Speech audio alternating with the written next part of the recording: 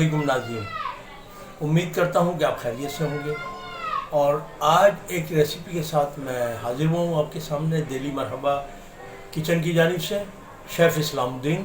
और आज की जो रेसिपी हमारी जो शरबत की है वो हमारी बेटी बना रही हैं, मुस्फिरा ख़ान।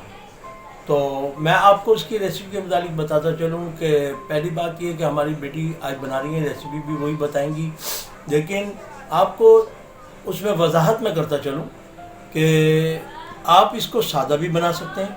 जैसे खरबूजा ले लिया, उसमें चीनी वगैरह डाली और उसके साथ बना सकते हैं। और दूसरा, उसको खाली जो है आप रोज़ा में भी बना सकते हैं, और उसके अलावा आप खाली सिर्फ मिल्क शेक बना सकते हैं। तो ये 3 तरह से बन सकता है। लेकिन आज मेरी बेटी जो है मिक्स बना के दिखा रही है आपको, तो वो देख लीजिएगा। लेकिन मैं आपकी वजाहत के लिए मैंने आपके साथ ये शेयर किया है।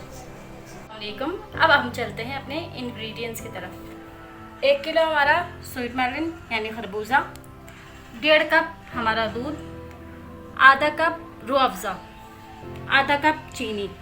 अब मैं चलती हूँ आपको शेक बनाने की तरफ।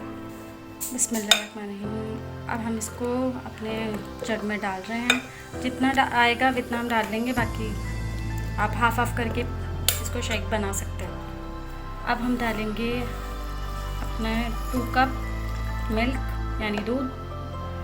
अब हम इसमें ऐड कर रहे हैं रूह अफ़ज़ा। अब लास्ट में हम डालेंगे इसमें चीनी। हमें इसमें पानी वानी की ज़रूरत नहीं है क्योंकि हम इसमें दूध डाल चुके हैं। अब मैं इसको शेक बनाऊंगी। ये हमारे खरबूजे का मिल्क शेक रेडी है। अब आपके आसानी के लिए ये कह दूँ, आप मैं ड्राई फ्रूट डाले हैं, आपके पास नहीं है आप नहीं डालें।